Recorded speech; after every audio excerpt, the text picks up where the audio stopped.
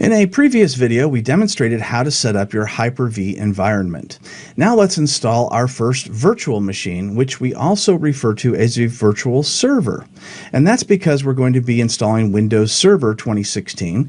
But if you were to install Windows 10, for example, that would be called a virtual desktop. The umbrella term for all this would be a virtual machine because it covers both servers and desktops.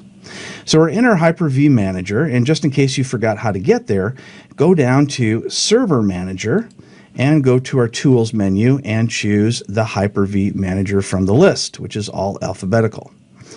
Now that we are in our Hyper-V Manager, let's right-click on our physical machine and choose New Virtual Machine. Now this handy wizard comes up, which we will follow through until we create our virtual machine. So let's give our virtual machine a name. Let's just pretend we're going to use this as a file server, and we'll just call it File Server 1. Now we have the option of where to install our virtual machine. Let's go ahead and choose the checkbox and change from the default location. Let's browse until we get to our C drive, and I've already created a folder called Virtual Machines, so we'll choose that. One of the problems of choosing the default location is it buries it behind so many different folders, sometimes it's kind of hard to find it. So creating a new folder is a good idea. Go ahead and click Next. Now we have the option for Generation 1 or Generation 2. Now in previous versions of Windows Server, such as 2012 and 2012 R2, I would recommend that you choose Generation 1 if you are going to be clustering those servers. However, Generation 2 is now supported in Windows Server 2016, so we can choose that. And it gives us some additional features such as a UEFI-based firmware instead of the BIOS, and also supports other options where we don't have to reboot the server quite as often. So let's go ahead and click Next. Now we want to choose our startup memory. Well, first we have to see how much memory we have on our computer.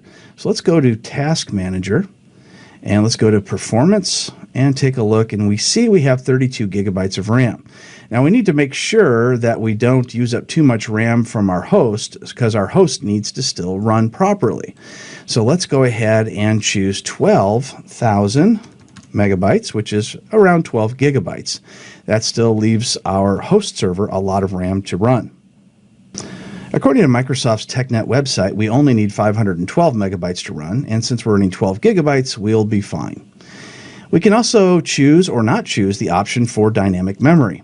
So what this does is it only uses enough memory as it needs it and will increase up to the maximum, in this case 12 gigabytes, again as it needs it. So if it only needs 1 gigabyte, then it frees up the rest of the RAM for the host. So this is a good idea, but sometimes it does cause a little bit of a lag time for the RAM to switch from the host to the virtual machine as the virtual machine ramps up. So it's up to you if you want to go with more resources for the host or faster experience for the virtual machine. Let's go ahead and leave the dynamic memory in this case and choose Next.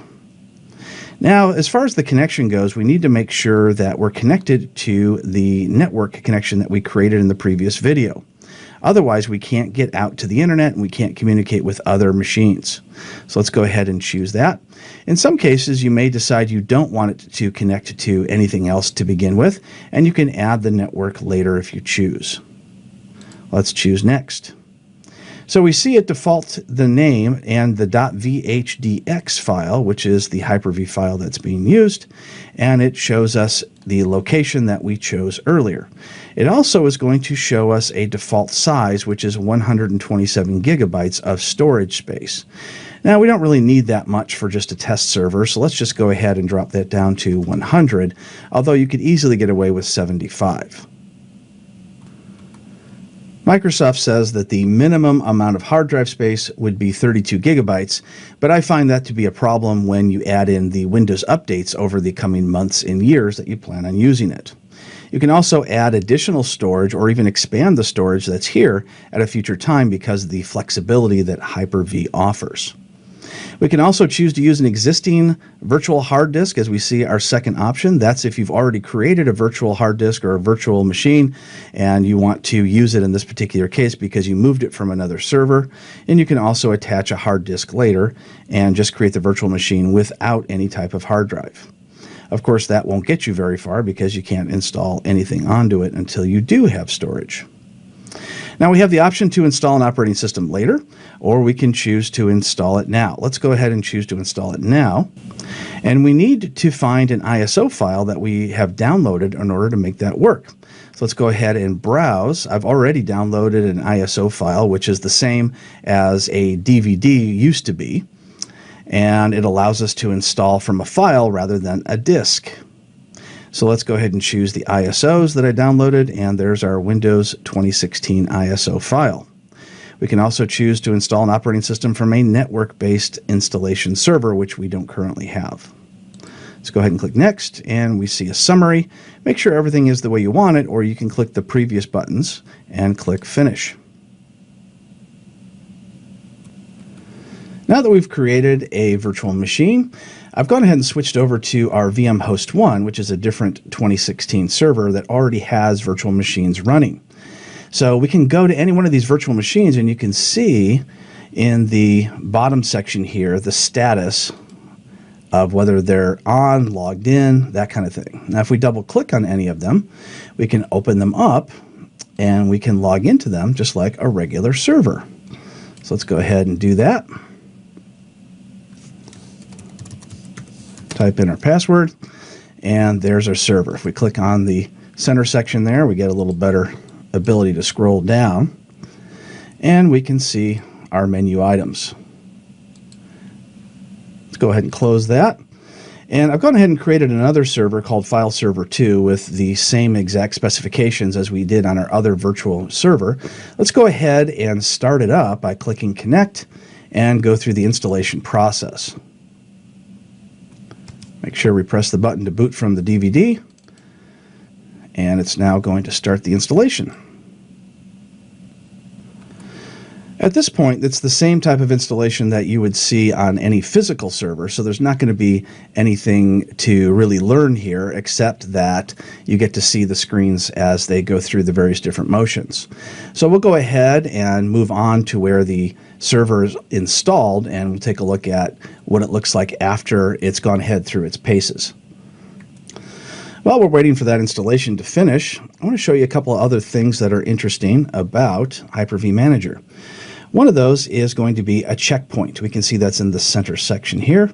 And we can choose checkpoints in a similar way to snapshots, which is what they used to be called in previous versions of Windows Server. And you can basically save a point in time and go back to that point in time in case you have any issues. Now, Microsoft doesn't recommend that you keep checkpoints permanently because they end up building up all the changes in a separate file. And if that separate file gets corrupt, then you go back to square one and you could be in real trouble if that happens. But it's not a bad idea to do a checkpoint if you're going to be doing some Windows updates or a new server software installation where you're not sure what kind of issues it may cause, and then you can delete the checkpoint later.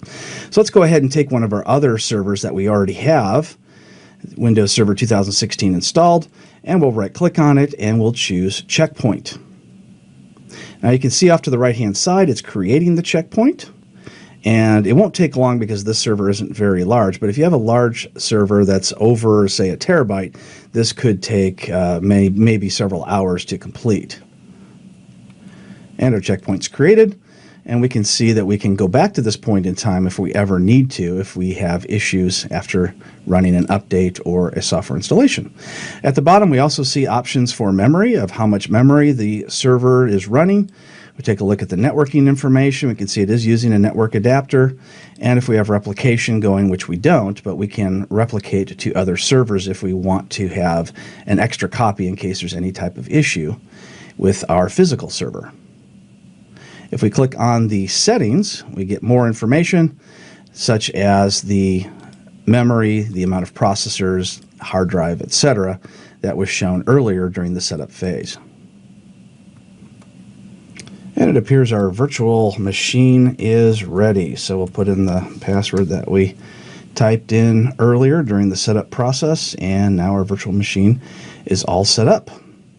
If we want, we can go ahead and close it, but we can still see a picture of what's going on just by highlighting it and clicking the summary page, and then we can watch as it finishes booting up. Installing a virtual machine in Hyper-V is an easy process. Securing it, however, will take many additional steps. In our next video, we'll take a look at how the Best Practices Analyzer can be a good first step to virtualization security.